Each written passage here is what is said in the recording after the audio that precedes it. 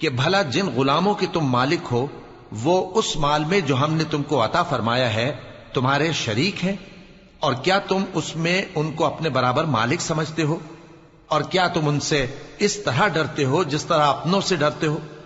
اس طرح ہم عقل والوں کے لیے اپنی آیتیں کھول کھول کر بیان کرتے ہیں، مگر جو ظالم ہیں وہ بے سمجھے اپنی خواہشوں کے پیچھے چلتے ہیں۔ تو جس کو اللہ گمراہ رہنے دے اسے کون ہدایت دے سکتا ہے، اور ان کا کوئی مددگار نہیں۔ سو تم ایک طرف کے ہو کر دین الہی پر سیدھا رخ کیے چلتے رہو، اور اللہ کی فطرت کو جس پر اس نے لوگوں کو پیدا کیا ہے اختیار کیے رہو۔ اللہ کی بنائی ہوئی فطرت میں تغیر و تبدل نہیں ہو سکتا، یہی سیدھا دین ہے، لیکن اکثر لوگ نہیں جانتے۔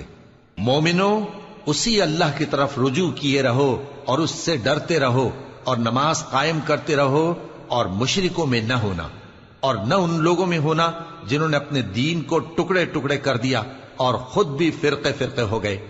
ہر فرقہ اسی میں مگن ہے جو اس کے پاس ہے، اور جب لوگوں کو تکلیف پہنچتی ہے تو اپنے پروردگار کو پکارتے ہیں، اسی کی طرف رجوع کرتے ہوئے پھر جب وہ ان کو اپنی رحمت کا مزہ چکھاتا ہے تو ایک فریق ان میں سے اپنے پروردگار کے ساتھ شرک کرنے لگتا ہے تاکہ جو ہم نے ان کو بخشا ہے اس کی ناشکری کریں۔ سو خیر، فائدے اٹھا لو، ان قریب تم کو اس کا انجام معلوم ہو جائے گا۔ کیا ہم نے ان پر کوئی ایسی دلیل نازل کی ہے کہ پھر وہ ان کو اللہ کے ساتھ شرک کرنا بتاتی ہے؟ اور جب ہم لوگوں کو اپنی رحمت کا مزہ چکھاتے ہیں تو وہ اس سے خوش ہو جاتی ہیں، اور اگر ان کے اعمال کے سبب جو ان کے ہاتھوں نے آگے بھیجے ہیں انہیں کوئی تکلیف پہنچے تو نا امید ہو کر رہ جاتے ہیں۔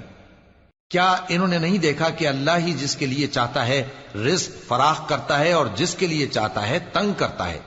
بے شک اس میں ایمان لانے والوں کے لیے نشانیاں ہیں۔ تو اہل قرابت اور محتاجوں اور مسافروں کو ان کا حق دیتے رہو۔ جو لوگ اللہ کی رضا کے طالب ہیں یہ ان کے حق میں بہتر ہے، اور یہی لوگ کامیابی حاصل کرنے والے ہیں۔ اور جو سود تم دیتے ہو کہ وہ لوگوں کے مال میں بڑھے تو اللہ کے نزدیک تو وہ بڑھتا بھی نہیں، اور جو تم زکوٰۃ دیتے ہو اللہ کی رضامندی طلب کرتے ہوئے تو وہ موجب برکت ہے، اور ایسے ہی لوگ اپنے مال کو کئی گنا کرنے والے ہیں۔ اللہ ہی تو ہے جس نے تم کو پیدا کیا، پھر اس نے تم کو رزق دیا، پھر وہ تمہیں موت دے گا، پھر زندہ کرے گا۔ بھلا تمہارے بنائے ہوئے شریکوں میں بھی کوئی ایسا ہے جو ان کاموں میں سے کچھ کر سکے؟ وہ پاک ہے اور اس کی شان ان کے شریکوں سے بلند ہے۔ خشکی اور تری میں لوگوں کے اعمال کے سبب فساد پھیل گیا ہے تاکہ اللہ ان کو ان کے بعض اعمال کا مزہ چکھائے۔ عجب نہیں کہ وہ باز آ جائیں۔ کہہ دو کہ ملک میں چلو پھرو اور